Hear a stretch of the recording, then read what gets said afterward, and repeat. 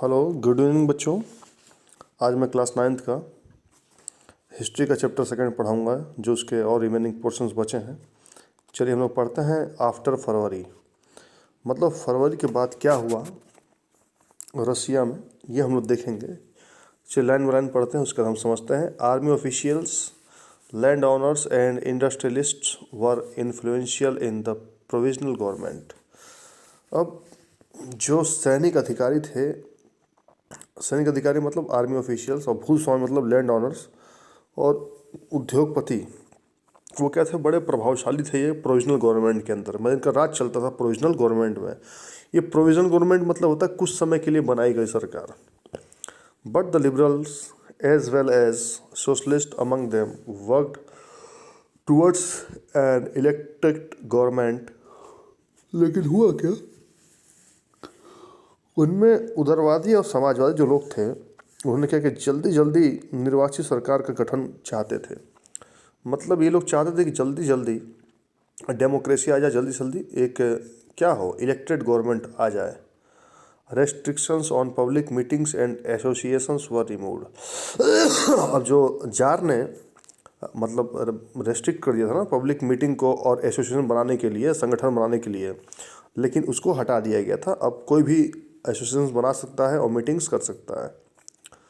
Soviets like the Petrograd soviet were set up everywhere, though no common system of election was followed.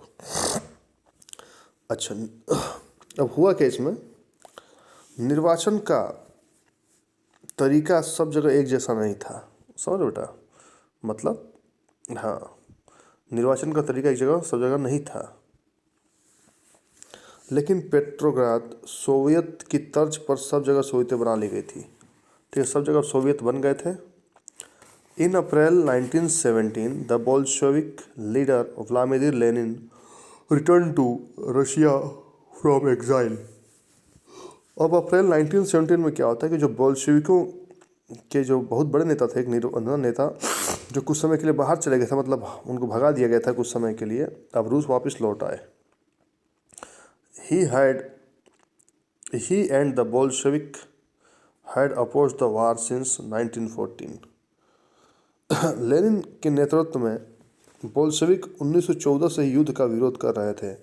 मतलब Lenin ने ये कहा था कि अगर वार होता है तो उससे बड़ी डिफिकल्टी फेस करना पड़ता, बहुत दिक्कतें आती हैं। सही बात है, जिस देश में वार होगा तो देश की इकोनॉमी खराब हो जाएगी, सोशल लाइफ खराब हो जाएगी, इकोनॉमिकल लाइफ खराब हो जाएगी, नहीं। चलिए आगे देखते हैं। Now he felt it was time for Soviets to take our power. उनका कहना था कि अब सोवियतों को सत्ता अपने हाथों में ले लेनी चाहिए। सोवियत मतलब वो जो डेमोक्रेटिक गवर्नमेंट ये बनाने जा रहे थे ये लोग, तो चाह रहे थे कि अब उनको सत्ता अपने हाथ में ले लेना चाहिए।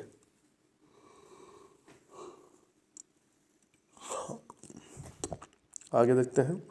ही declared that the war be brought to a close, land be transferred to the peasants and banks be nationalised. वो क्या चाहते थे, लेनिन ने एक बयान दिया कि युद्ध समाप्त किया जाए, सारी ज़मीन किसानों के हवाले की जाए, जो वैसे गरीब किसान के पास ज़मीन है उनको भी ज़मीन दी जाए, और बैंक जो प्राइवेट थे उनका राष्ट्रीयकरण है। नेशनलाइजेशन मतलब होता है राष्ट्रीयकरण, मतलब सरकारी किया जाए। ठीक है बेटा, आगे देखते हैं।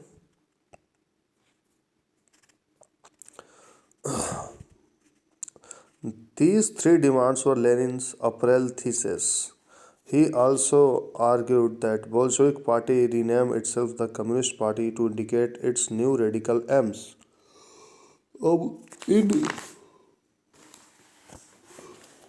ये जो तीन मांग लेनिन ने किया उसको कहा गया अप्रैल थीसिस। ये अप्रैल थीसिस बहुत इंपॉर्टेंट क्वेश्चन है, पूछा जाता है, जिसमें जो व्लादिमीर लेनिन थे बोल्शेविक के नेता, उन्होंने तीन मांग की थी। वो तीन मांग कौन कौन सी थी मैंने आपको पहले बता दिया था। वो तीन मांग कौन कौन सी थी बेटा, आप ऊपर मैंने पढ़ाया था, फिर उसको बता दूं। वो चाहते थे कि जो वार हो उसको एंड किया जाए, युद्ध को समाप्त किया जाए, और जो सारी ज़मीन है वो किसानों को दे दी जाए, और बैंक का नेशनलाइजेशन किया जाए, मतलब सरकारी किया जाए बैंकों को। उन्होंने यही सब कहा था, किसने, व्लादिमीर लेनिन ने।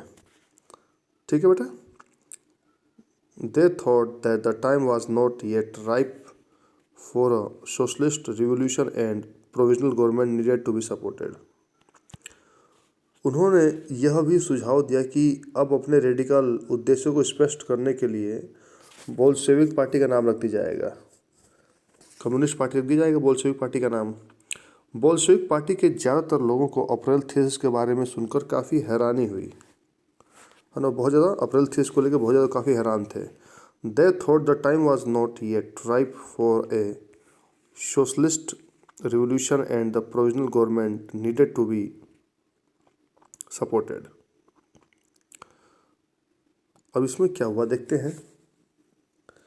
उन्हें लगता था कि अभी समाजवादी क्रांति के लिए सही वक्त नहीं आया है, इसलिए फिलहाल अंतरिम सरकार को ही समर्थन दिया जाना चाहिए।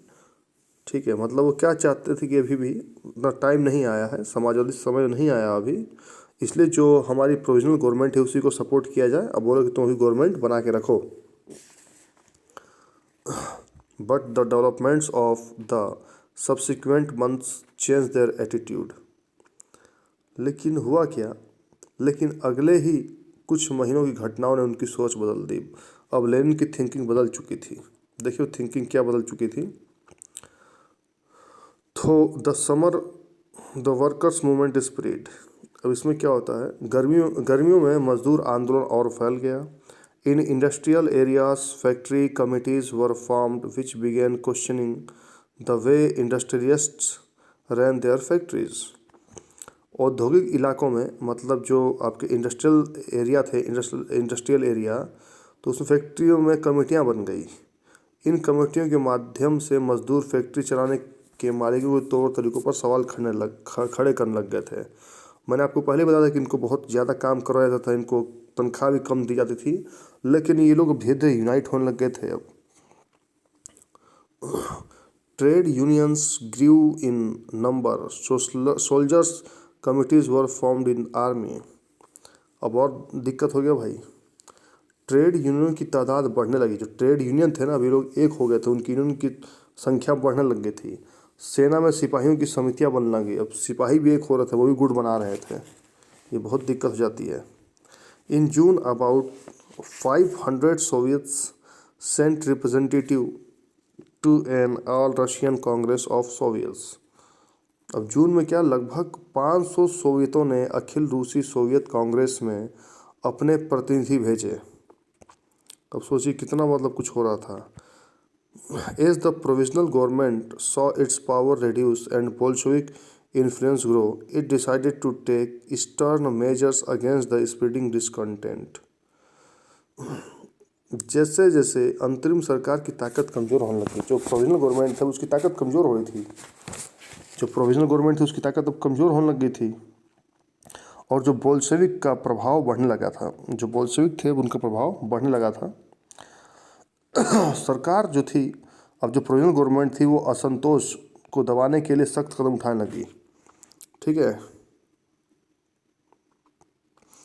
It resisted attempts by workers to run factories and began arresting leaders.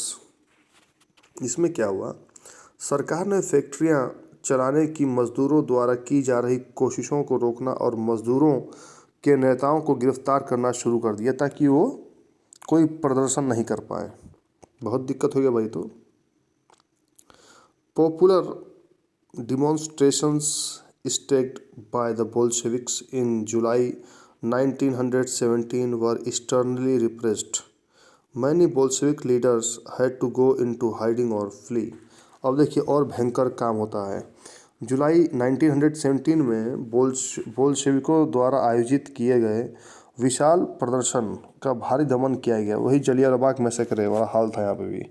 बहुत सारे बोल्शेविक नेताओं को छिपना या भागना पड़ा, क्योंकि जो प्रोविजनल गवर्नमेंट थी वो सीधे इनको मरवा रही थी और अरेस्ट करवाई थी। आगे देखते हैं हम लोग, एक लास्ट पैराग्राफ बचा है। Meanwhile in the countryside peasants and their socialist revolutionary leaders pressed for redistribution of land. गांव में किसान और उनके समाजवादी क्रांतिकारी नेता भूमि पुनर्वितरण के लिए दबाव डालने लगे थे कि भाई भूमि को दोबारा बांटा जाए। Land committees were formed to handle this. Encouraged by the socialist revolutionaries, peasants seized land between July and September 1917. आगे देखते हैं। इस काम के लिए भूमि समितियां बना दी गई थी। सामाजिक क्रांतिकारियों से प्रेरणा और प्रोत्साहन लेते हुए जुलाई से सितंबर के बीच किसानों ने बहुत सारी ज़मीन पर कब्जा कर लिया। अब किसान भी भाई अपने पावर में आ चुके थे, बोला हमको भी ज़मीन चाहिए, वो भी मार काट करने लग गए थे। देखिए नीचे आपको एक डायग्राम दे रखा है, उसमें देखिए क्या दे रखा है इसके अंदर। A pro Bolshevik demonstration on 17 July 1917 being fired upon by the army. देखिए क्या होता है, ये सेना ने क्या किया, जो बोल्शेविक समर्थनकारी थे, प्रदर्शनकारी थे, उन पर गोली चला दिया गया। देखिए आप लोग कितना भयंकर ये समय चल रहा है जुलाई के दिन। चलिए बेटा आज का लेक्चर यहीं ख़त्म होता है। अब कल और लेक्चर हम देखेंगे कि द रिवॉल्यूशन ऑफ अक्टूबर 1917